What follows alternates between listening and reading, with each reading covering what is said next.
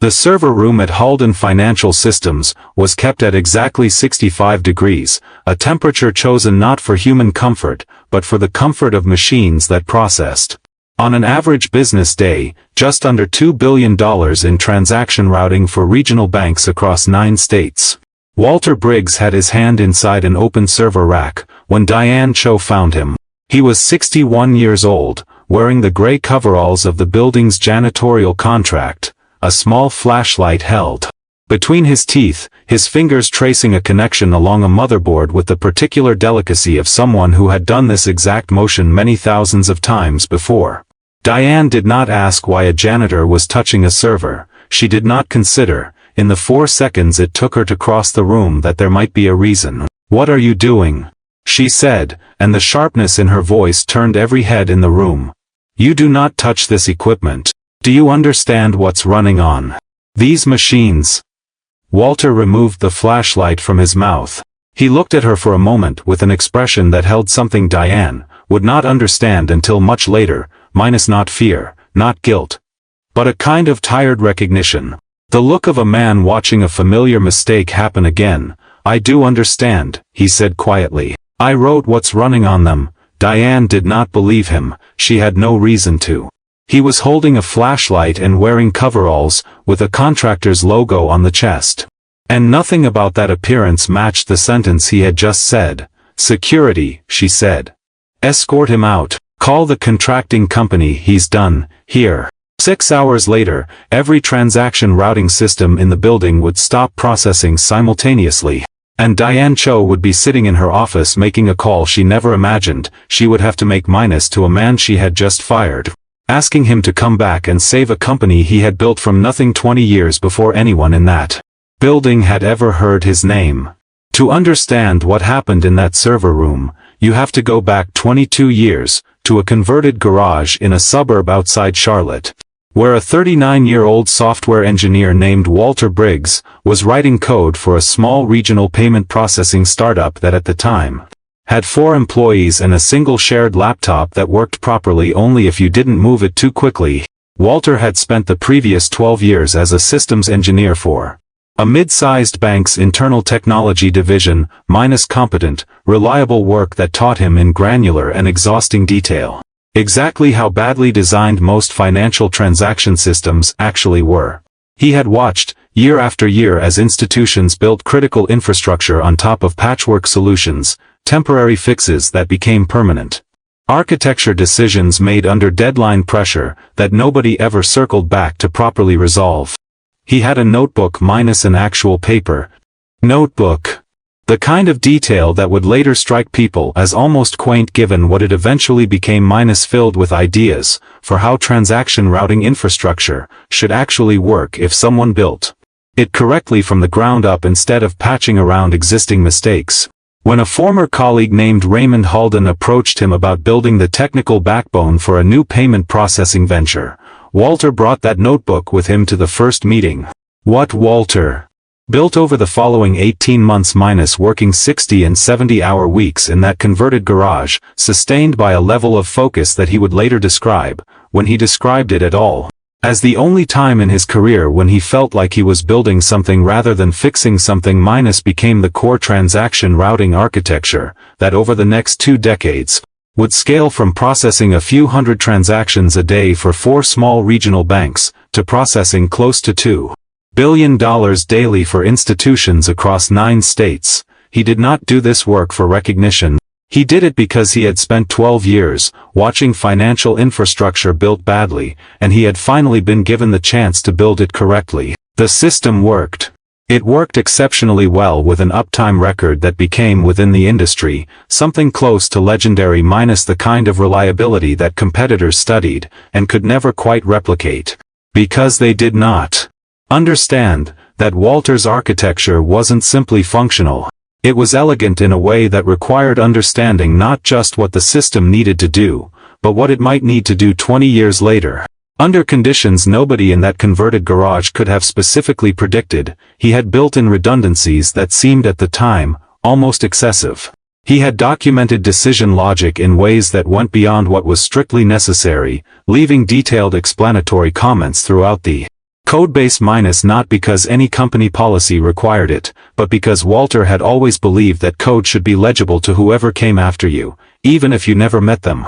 Raymond Halden, the company's founder, had been Walter's friend as much as his employer, minus the two of them building the company together through its first decade with the kind of close, trust-based partnership that exists when two people have stayed up until 3 a.m. together, solving the same impossible problem more times than either of them could count.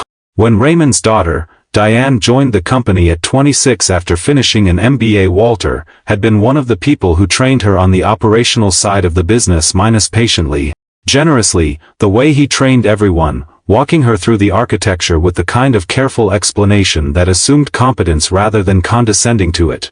Diane had been, in those early years, a genuinely attentive student. She had asked good questions.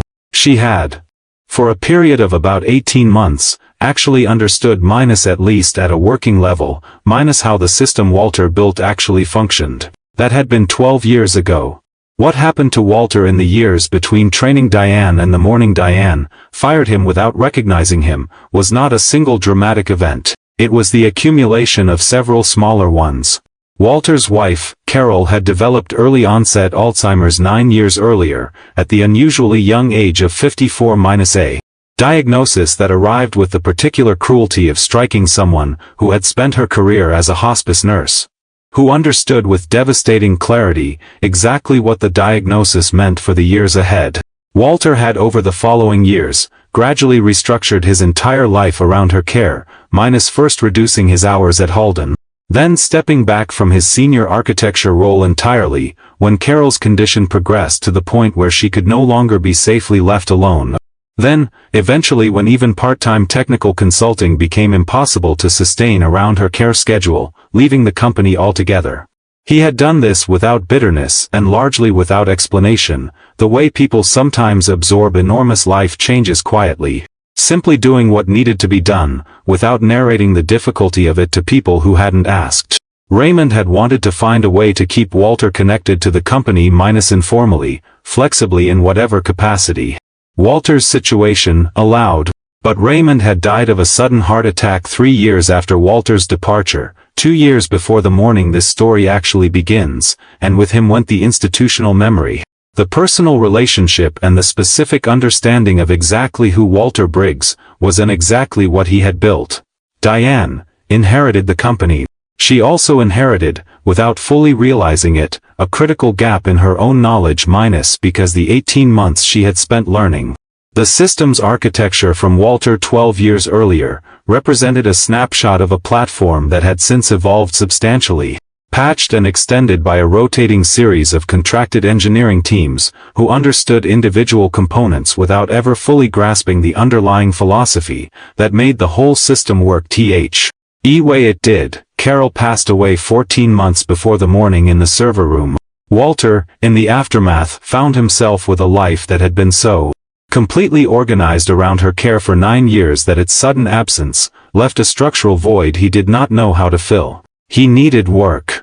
Not for the income, though the income mattered, minus Carol's care had consumed savings that would have otherwise provided more comfortable cushion. He needed work for the structure, for somewhere to direct the discipline and attention that had defined his entire adult life, and that retirement, arriving under these particular circumstances, did not feel like rest so much as a kind of free fall. A janitorial contracting company hired him without much scrutiny of his background, minus competent, reliable, willing to work nights. Exactly the kind of unremarkable hire that nobody looks at twice. The contract placed him, 4 months later, at Halden Financial Systems. Nobody in the building's current staff recognized him. Why would they? 12 years is a long time, and Walter had changed considerably since the photograph still hanging, slightly dusty, in a hallway display of company milestones that nobody had updated in over a decade, minus a photograph of 4 people standing in front of a converted garage, Walter among them. None of the current staff ever having looked closely enough to connect that younger face to the quiet man who emptied their trash cans at night. Walter had not sought out this placement deliberately. It was in the specific and almost unbearable irony that he had needed several weeks to fully absorb when he first arrived. Simply the contract assignment the staffing company gave him. He found himself, on his first night shift, standing in the same server room he had personally designed 20 years earlier, looking at hardware that had been replaced and upgraded many times since, but running architecture and core logic that was beneath the layers of subsequent modification, still fundamentally his. He had not told anyone. He had considered, briefly, mentioning it to the facilities manager who oversaw the contractor staff and had decided against it, partly from a quiet complicated pride that did not want his presence here, explained or excused by a story about who he used to be. And partly because Walter had over the previous 9 years, become someone who simply did the work in front of him without narrating the larger context to people who had not asked. He had, however, continued doing something that nobody had asked him to do and that his contracting role did not include. He watched the systems, old habit, deeply ingrained, impossible to switch off. He read system status indicators visible from the server room, with the same attentive eye he had once brought to active architecture reviews. He noticed things, minus small irregularities, performance patterns that drifted slightly from what they should have been, minus the way a parent notices a change in a child's breathing pattern without consciously deciding to monitor it. 3 weeks before the morning, Diane found him with his hand in the server rack. Walter had noticed something that concerned him considerably more than routine drift. The anomaly Walter identified was subtle, the kind of thing that automated monitoring systems, calibrated to flag dramatic deviations, rather than gradual ones, were not designed to catch. A specific subsystem within the transaction routing architecture. One that Walter had originally built with triple redundancy, specifically because it handled the reconciliation logic between participating banks' internal ledgers and Halden's central processing system, had begun showing response latency that crept upward by fractions of a second, day over day, in a pattern too gradual to trigger any standard alert threshold, but too consistent to be random noise. Walter recognized it immediately, in a way that nobody currently employed in Halden's technical department could have. Because recognizing it required not just reading the metrics, but understanding the specific architectural decision 20 years earlier that had created this particular redundancy structure in the first place, minus a decision Walter had made, and documented extensively in code comments that had, over 2 decades and several platform migrations, been gradually stripped out by engineering teams optimizing for cleaner, more modern documentation standards that did not preserve the original explanatory context. The redundancy structure was beginning to fail. Not catastrophically, not yet. But the gradual latency increase indicated that one of the 3 redundant reconciliation pathways had developed a fault that the system's automated failover logic was quietly compensating for, shifting load onto the remaining 2 pathways in a way that masked the underlying problem from standard monitoring, but that meant the system was now operating with reduced redundancy and an increasingly fragile margin for error. If a second pathway failed, and Walter's understanding of the original architecture told him this was now a matter of when rather than if, given the pattern he was observing, the reconciliation system would be forced onto a single point of failure. And if that single remaining pathway failed under load, during a high-volume processing window, the result would not be a contained isolated error. It would be a complete halt of transaction reconciliation across every participating bank simultaneously, with no automated recovery path, because the architecture had never been designed to gracefully degrade past 2 failed pathways, it had been designed deliberately to fail loudly and completely at that point, forcing manual intervention rather than allowing a partially functioning, potentially inaccurate reconciliation process to silently corrupt financial records across 9 states of banking partners. This had been Walter's decision 20 years earlier. A safeguard, not a flaw. But a safeguard that only worked correctly if someone understood it was there, and someone intervened in time. Walter had attempted to report it. He had gone, on a Tuesday morning 2 weeks before the firing, to the facilities manager who oversaw contracted staff, and asked, with the careful diplomacy of someone navigating a hierarchy that did not formally include him, whether there was a way to flag a technical concern about the building's server infrastructure. The facilities manager, a reasonably well-meaning but entirely overloaded man named Greg, had looked at Walter with confused politeness, and explained that technical infrastructure concerns went through the IT department's own channels, not through facilities, and that Walter should probably just mention it to whoever was on duty in the server room if he noticed something during his shift. Walter had tried that, too. He had mentioned it carefully and specifically to a junior systems administrator named Priya during a night shift, describing the latency pattern in language he tried to calibrate to what she might find useful without revealing more about his own background than felt appropriate. Priya had been polite. She had also been 26 years old, 11 months into her first job out of college, and entirely unequipped to evaluate a technical concern raised by a building janitor, about a subsystem so deeply embedded in legacy architecture, that her own training had barely touched on it. She made a note. The note went into a low-priority ticket queue that nobody reviewed for the following 2 weeks because the automated monitoring dashboards minus the ones the technical team actually trusted minus showed nothing alarming enough to warrant urgent attention. Walter understood, watching the latency continue its slow drift over the following days, that nobody was going to act on a warning delivered through these channels. He considered, several times, whether to escalate further minus whether to find a way to speak directly to someone with actual authority over the system.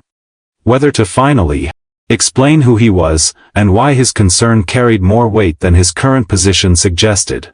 He did not. Partly this was the complicated pride that had kept him quiet for 4 months already. Partly it was something more practical. Walter understood, from decades of experience with how organizations actually function, that a janitor walking into a CEO's office with an unsolicited technical warning, however accurate, was far more likely to be perceived as a security concern than a credible alert. Minus and Walter, at 61 weeks past finally regaining some stability after 9 exhausting years of caregiving, did not have the appetite for a confrontation he expected to lose. He did the only thing within his actual authority to do. He continued monitoring it closely, on his own initiative, watching for the moment when the second pathway's failure became imminent enough that intervention minus, even unauthorized intervention minus, became less risky than inaction. That moment arrived on the Tuesday morning. Diane found him with his hand in the server rack. He had detected 20 minutes earlier during his shift a sudden acceleration in the latency pattern minus the specific signature recognizable to him and almost no one else currently in the building, of the second redundant pathway beginning active failure. He had perhaps 6 hours by his calculation before the system would be forced onto its single remaining pathway, and considerably less time than that before the gradual degradation became visible enough to trigger automated alerts that the on-duty technical staff would have no architectural context to properly interpret. He had opened the server rack to manually verify which specific connection was degrading, planning to document the exact failure point so that even if he could not act directly, he could leave specific enough information that the technical team minus, once they finally noticed minus, would have a fighting chance of understanding what they were looking at. This was what Diane Cho found him doing. Diane Cho was 38 years old, 3 years into running Halden Financial Systems, following her father's death, carrying the particular weight of someone who had inherited not just a company, but a reputation for technical excellence that she understood, with increasing private anxiety. She did not personally have the depth to maintain or defend. She had spent those 3 years working hard to project competence and control minus, hiring a strong executive team, instituting rigorous security protocols, building the kind of visible operational discipline that reassured banking partners and regulators alike. Much of this work had been genuinely valuable. Some of it had been, in the specific way that anxiety sometimes manifests as excessive control, more about Diane's own need to feel in command of a system she privately worried she didn't fully understand, than about what the system actually needed. When she walked into the server room that Tuesday morning during a routine facility inspection, minus one of the visible leadership practices she had instituted specifically to project the hands-on diligence she believed the role required, minus an FOUND, a contracted janitor with his hand inside an open server rack, every anxiety she carried about security, about control, about her own command of a system she had not personally built, collapsed into a single sharp reaction. She did not ask what he was doing before reacting, because the question that mattered most to her, in that moment was not technical. It was about authority and boundaries minus about a contracted cleaning staff member, touching equipment that fell entirely outside his role in a way that, regardless of intent, represented exactly the kind of security gap that kept her up at night. What are you doing? You do not touch this equipment. Do you understand what's running on these machines? Walter's response minus, I wrote what's running on them minus registered to Diane not as information to investigate but as exactly the kind of implausible deflection she might expect from someone caught somewhere they shouldn't be. She had the photograph in the hallway. She had somewhere in her memory the knowledge that her father's company had been built by a small founding team that included an engineer named Walter. But the distance between that historical fact and the man standing in front of her in janitorial coveralls was in the 4 seconds she had to process the situation simply too large a gap for her to bridge security, escort him out, call the contracting company. He's done here. Walter did not argue further. He had across a long career and a longer life, learned the specific futility of arguing with someone whose mind was already closed. Especially when the argument would require revealing more about himself than he currently had the emotional capacity to volunteer to someone speaking to him, with open suspicion. He gathered his cart. He left the building through the staff entrance he had used for 4 months. He did not mention the latency pattern, the failing pathway or the 6-hour window he had calculated before the situation became critical. He went home to an apartment that had, in the 14 months since Carol's death, remained almost entirely unfurnished beyond the essentials minus Walter having found that decorating a space for himself alone felt, somehow, like a task he could not bring himself to complete minus and sat at his kitchen table with a cup of coffee, watching the clock, knowing approximately when the second pathway's failure would become impossible to ignore. And uncertain whether anyone at Halden would understand what they were looking at when it did, the second pathway failed completely at 2:14 p.m. The system's failover logic, exactly as Walter had designed it 20 years earlier, forced all reconciliation traffic onto the single remaining pathway, minus a deliberate architectural choice, meant to prevent silent data corruption, but one that meant the system was now operating at a fraction of its required capacity during one of the highest volume processing windows of the business day. By 2:31 p.m., the single remaining pathway, overwhelmed by load it had never been designed to carry alone, failed as well. Every transaction reconciliation process across all 9 participating states halted simultaneously. Not gradually, not with a partial degradation that allowed for managed response minus completely, exactly as Walter's 20-year-old safeguard had been built to do. Refusing to allow the system to process potentially inaccurate financial reconciliation, rather than risk silent corruption, across billions of dollars in daily transaction volume. The technical team's response was immediate, and within the limits of their actual understanding of the system genuinely competent.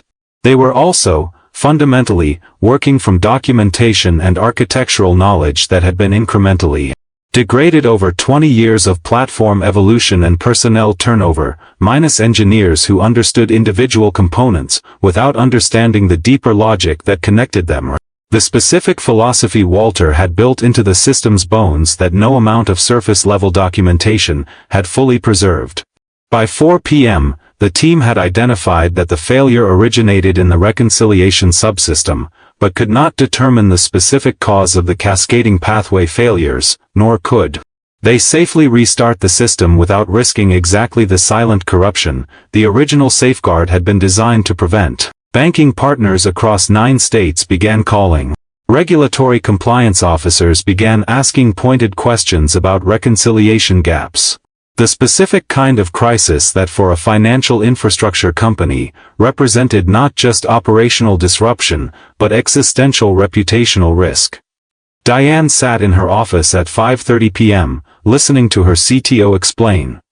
Visible strain that the team's best estimate for resolution was somewhere between 12 and 24 hours minus an unacceptable timeline, given the regulatory and contractual obligations at stake.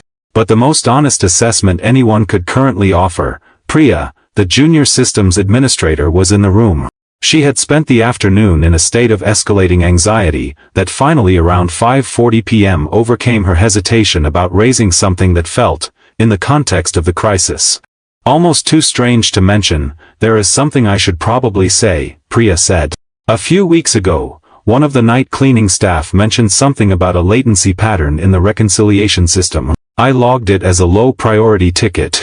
I didn't think he's not technical staff, so I didn't escalate it. But the pattern he described sounds like what's happening now. The room went quiet in a specific way. Which cleaning staff member? Diane said. Priya checked her records. Walter Briggs. Diane sat very still. That's the man from this morning, she said. The one I had removed from the server room. Diane Cho sat in her office for almost a full minute after Priya delivered the name, processing the specific vertigo of having two completely separate facts, minus a janitor she had fired that morning, and a low-priority technical warning that now appeared to predict exactly the crisis, currently unfolding across 9 states, minus suddenly collapse into the same person. She pulled up the contracting company's personnel file. The file was sparse, exactly the kind of minimal documentation that staffing agencies maintain for positions that did not require extensive background verification. Name, contact information, employment history listed simply as engineering, retired. She looked at the photograph in the hallway minus the one she had walked past several thousand times, without truly looking at it minus, and pulled up a digital copy on her monitor, zooming in on the 4 faces from 20 years earlier. She recognized him. Not instantly, not with full certainty, but with the specific cold clarity of a memory finally connecting to evidence that had been sitting in front of her the entire time. Oh, she said quietly to no one in particular. Oh no. She called the number in the contracting file. Walter answered on the 3rd ring. He was still sitting at his kitchen table, the coffee long since gone cold, the clock having told him, 20 minutes earlier, that whatever was happening at Halden right now was almost certainly already happening. This is Diane Cho, she said. Her voice carried none of the sharpness from the server room. I need to ask you something, and I need you to be honest with me, because I think I made a serious mistake this morning. Walter was quiet for a moment. What do you need to know? He said. Did you write the original code for our transaction reconciliation system? I did, Walter said. 20 years ago. I designed the redundancy architecture specifically. The system failed completely about 3 hours ago, Diane said. Cascading pathway failures in reconciliation, we can't restart it safely. We don't understand why the failover behaves the way it does. Because it was built to fail completely rather than risk silent corruption, Walter said. That was deliberate. I tried to tell someone 3 weeks ago that the redundancy was degrading. Nobody with the authority to act on it heard the message in a form. They understood. There was a silence on the line that carried even across the phone connection, the specific weight of someone absorbing a mistake in its full dimension. I know, Diane said finally. I fired the message this morning along with the messenger. I am asking you, with full understanding of how badly I handled this, whether you would be willing to come back and help us fix what I don't think anyone else currently working here actually knows how to fix. Walter looked at the cold coffee in front of him. He thought for a moment about the 4 months of quiet nights, the careful invisibility, the complicated pride that had kept him from explaining himself, even when explaining himself might have prevented exactly this outcome. I'll come back, he said. But I want to be clear about something first. I'm not coming back as a contractor pushing a mop. If I'm fixing this, I need full access and full authority over the technical decisions involved, for as long as the crisis requires, no second guessing from people who don't understand the architecture. Can you agree to that? Yes, Diane said, without hesitation. Completely. However you need to work. Then I'll be there in 20 minutes, Walter said. Walter arrived at Halden's headquarters not in coveralls, but in the same plain collared shirt and slacks he had worn to countless architecture reviews 20 years earlier. The muscle memory of professional presentation reasserting itself without conscious decision. He was met at the entrance not by security, but by Diane herself, standing in the lobby with an expression that combined genuine urgency and something closer to humility than anything her current employees had seen from her in 3 years of running the company. "I owe you an apology that's going to have to wait until after this is fixed," she said. "I mean that completely, but right now, I need you in that server room more than I need to say it properly." "Understood," Walter said. "Let's go." What followed over the next 6 hours was watched by Halden's entire technical team with a quality of attention that several of them would later describe, in conversations after the crisis resolved, as something closer to witnessing a master class than observing an emergency repair. Walter moved through the system with the specific, unhurried confidence of someone navigating territory he had not just visited but built, understanding not only what each component did, but why it had been built that particular way, what alternative approaches had been considered and rejected 20 years earlier, and what the original design intended for exactly this kind of cascading failure scenario. He did not simply restart the failed pathways. He rebuilt, with careful precision, a temporary tertiary pathway using infrastructure that had been added to the system in a later platform migration, but that nobody since had recognized could be repurposed for exactly this function. A solution that required understanding both the original 20-year-old architecture and everything that had been built on top of it since, a combination of knowledge that existed, in that building, in exactly one person. By 11:47 p.m., the temporary pathway was operational, processing the backlog of halted reconciliation transactions with careful, monitored precision designed to prevent exactly the kind of corruption the original safeguard had been built to avoid. By 2:30 a.m., the backlog had cleared. By 4 a.m. Walter had begun documenting, in the kind of thorough explanatory detail he had always believed code deserved, exactly what had failed, why, and what permanent architectural changes would prevent the same vulnerability from developing again. Documentation, written specifically so that the next person, whoever they were, would not need Walter himself to be in the room to understand it. The system was fully stable by 6 a.m., processing transactions across all 9 states with the redundancy fully restored. Diane found Walter in the server room at 6:15 a.m., sitting on an overturned equipment crate, looking considerably more tired than he had 20 hours earlier. A legal pad covered in handwritten notes beside him. "It's stable," he said, before she could ask. "I've documented everything. The permanent fix will take about 2 weeks of properly resourced engineering work, but the temporary pathway will hold safely until then." Diane sat down on a second crate beside him. For a moment, neither of them said anything. "I want to understand something," she said finally. "You tried to warn us 3 weeks ago, through the proper channels available to you, and the message didn't reach anyone who could act on it." "That's correct," Walter said. "And then I fired you, for touching the exact problem you were trying to fix." "Also correct." Diane was quiet for a moment, looking at the server racks around them minus the same racks Walter realized that had been new and gleaming the last time he stood in a room like this in a professional capacity, 20 years and what felt like an entire lifetime ago. "Why didn't you tell me who you were? This morning, when I found you, you could have said it then before security arrived." Walter considered this question with the same careful attention he gave most things. "I considered it," he said. "But I've learned something over the last several years, watching how people respond to claims that don't match what they're looking at. If I'd said, I built this system to a CEO who saw a janitor with his hand in a server rack, the most likely outcome wasn't belief. It was a different kind of suspicion minus that I was lying, or worse. I didn't have the energy this morning to fight that particular battle, so I just left." Diane absorbed this. "That's a genuinely terrible system," she said, "that someone with exactly the knowledge this company needed couldn't get a message through because of what he was wearing."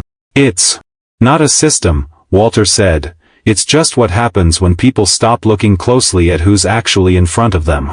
The offer Diane extended, formalized over the following week, restored Walter, not to his original architecture role, but to something considerably more significant: Chief Systems Architect. With direct reporting authority to the CEO, full oversight of the platform's technical evolution, and a mandate Diane wrote into the role description herself minus that any technical concern raised by any employee, regardless of title or department, would have a guaranteed escalation pathway directly to Walter's team within 24 hours. Walter negotiated one additional condition before accepting, with the same careful specificity he brought to architectural decisions. "I want a 6-month sabbatical built into the contract," he said. "Starting now, before I begin, I need time that isn't structured around either caregiving or employment. For the first time in almost a decade. I'll be reachable for genuine emergencies, but I need that time first." Diane agreed without hesitation. 6 months later, Walter sat on a small dock at a lake house he had rented for the summer. Modest quiet, the kind of place Carol had once mentioned wanting to visit. Years before her diagnosis made such trips impossible. He had spent the months reading, walking, slowly rebuilding a version of himself that existed independent of either caregiving or crisis response. The first sustained stretch of unstructured time he had experienced in over a decade. His phone buzzed with a text from Diane. A brief professional update on the platform's permanent architecture upgrade, completed 2 weeks ahead of schedule, with a final line that read simply, "Hope the sabbatical is everything you needed. The building isn't the same without you walking through it at night, even if most people never knew you were there." Walter looked at the message for a long moment. He thought about the 4 months he had spent invisible in that building, watching systems he had built decades earlier, carrying a warning that nobody had the context to hear. He thought about the specific quiet dignity of doing careful work regardless of whether anyone recognized it. A discipline that had defined nearly his entire adult life in the converted garage. In Carol's care, in the server room at 2 a.m., he typed back a short reply, then set the phone down and looked out at the water. The lake was still.